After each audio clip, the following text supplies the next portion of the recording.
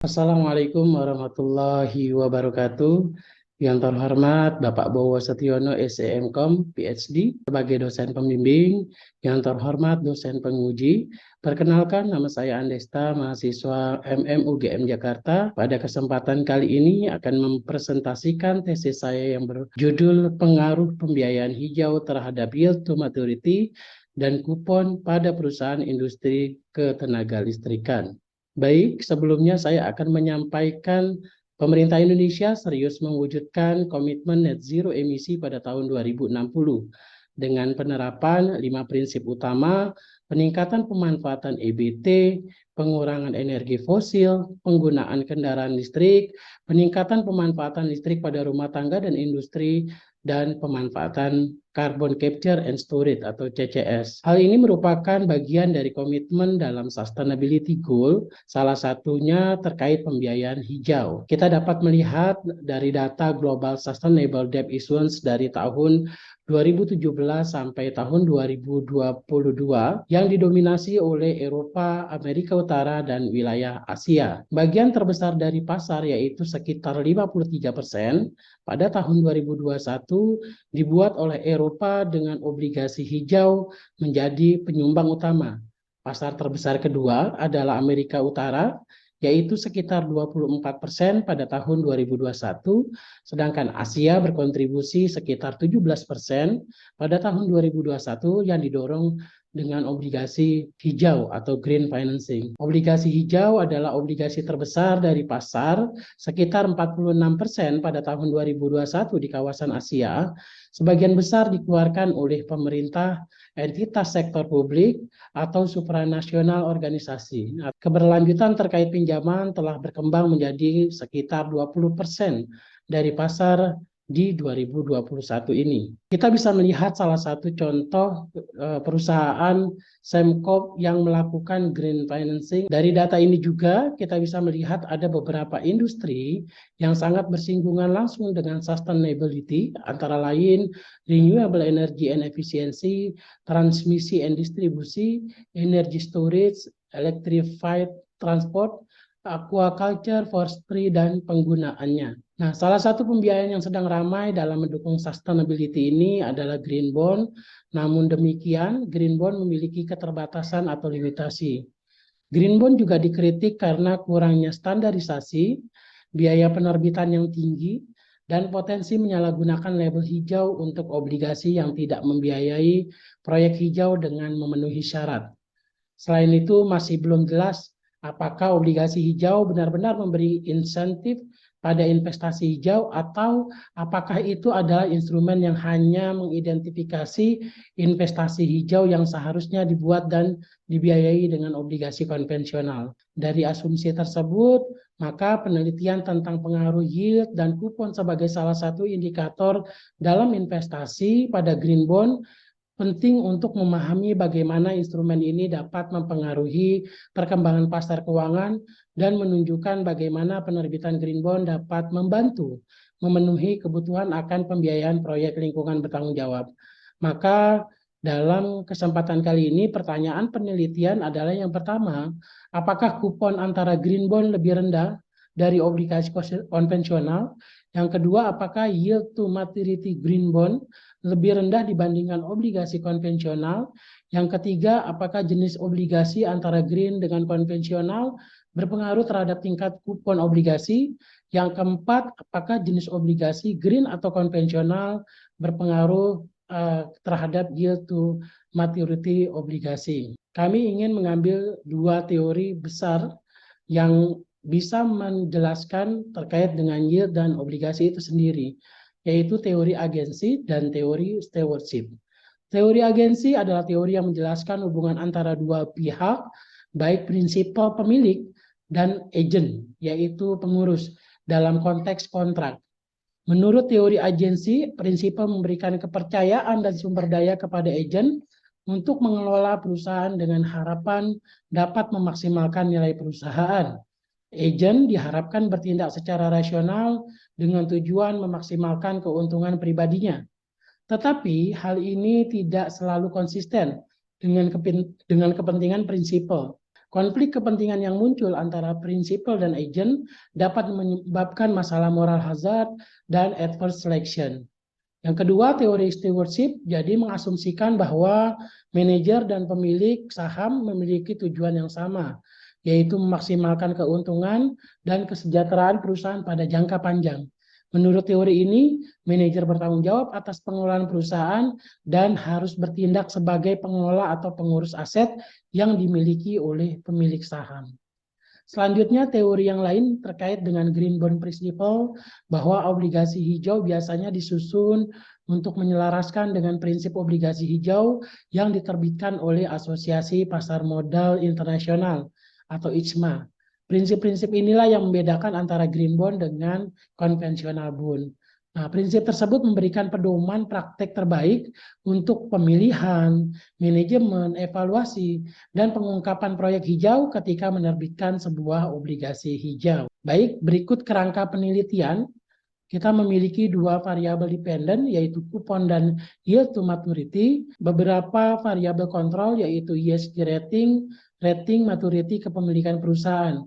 Satu independen variabel sebagai kelompok pembeda kelompok, yaitu jenis bond, yaitu green bond dengan konvensional bond.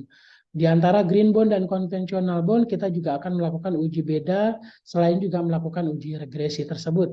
Berikut adalah sampel penelitian yang didapatkan melalui terminal Bloomberg dengan pengelompokan berdasarkan negara, rating, maturity, ESG rating, dan status kepemilikan. Selanjutnya, dalam penelitian ini akan dilakukan dua analisis uji, yaitu analisis uji beda, menggunakan uji Mann-Whitney menggunakan distribusi data tidak normal. Yang kedua, uji regresi dilakukan dengan melakukan hipotesis untuk menentukan apakah pengaruh independent variable terhadap dependent variable. Selanjutnya, sebelum kita melakukan uji analisis, maka saya menyampaikan analisa deskriptif dari dua variabel, yaitu kupon dan yield to maturity. Pertama, kita melihat ada variabel kupon menunjukkan tingkat bunga yang diterima oleh investor atau atas suatu investasi memiliki range 8,8%, rata-rata 2,9%, standar deviasi 1,5%, dan varians 2,395%. Untuk variabel yield menunjukkan tingkat pengembalian yang diharapkan oleh investor atas suatu investasi memiliki range 11,35%, rata-rata 5,1%, standar deviasi 1,26%, varian 1,59%.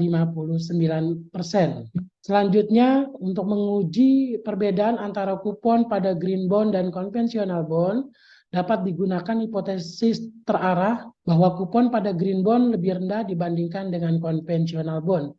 Berdasarkan hasil uji bahwa tingkat signifikansi di bawah 0,05, maka H1 diterima, yang artinya kupon pada green bond lebih rendah dibandingkan konvensional bond. Begitu juga untuk menguji perbedaan antara yield to maturity pada green bond dan konvensional bond. Jadi hipotesisnya adalah yield to maturity pada green bond lebih rendah dibandingkan dengan konvensional bond.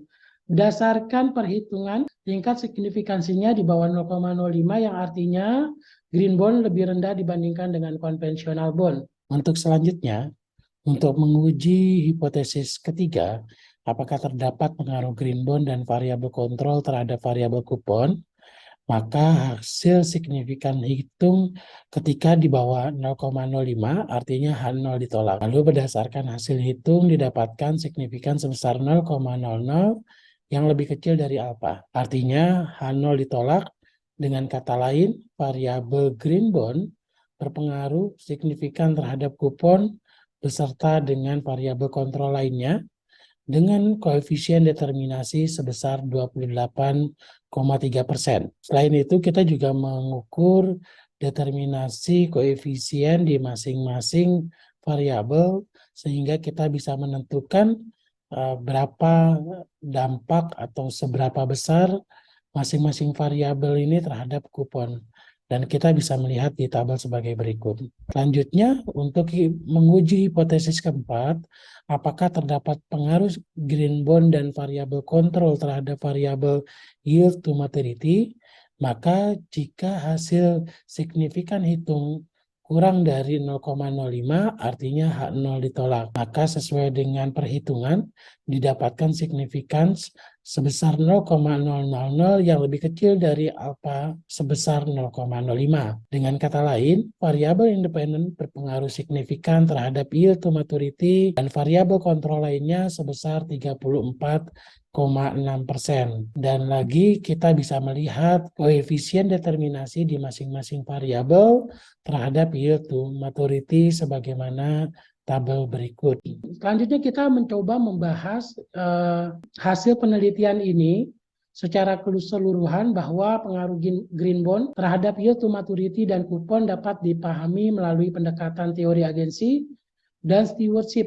Dalam pendekatan teori agensi, green bond dapat meningkatkan atau menurunkan yield to maturity dan kupon, tergantung pada bagaimana perusahaan atau lembaga keuangan menggunakan dana yang didapat dari green bond.